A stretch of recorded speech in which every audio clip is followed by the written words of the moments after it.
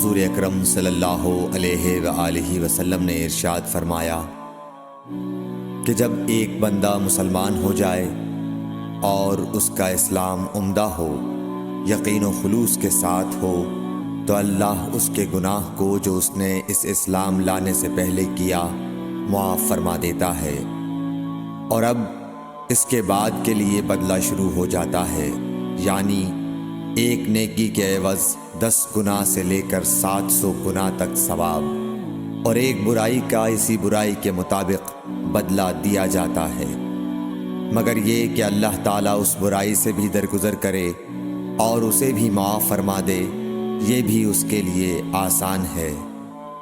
صحیح بخاری حدیث number 41۔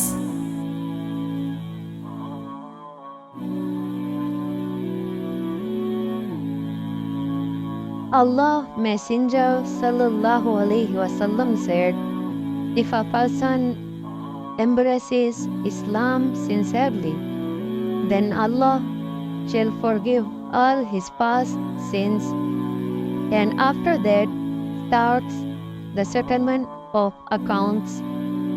The reward of his good deeds will be 10 times to 700 times for each good deed, and one evil deed will be recorded as it is unless Allah forgives it.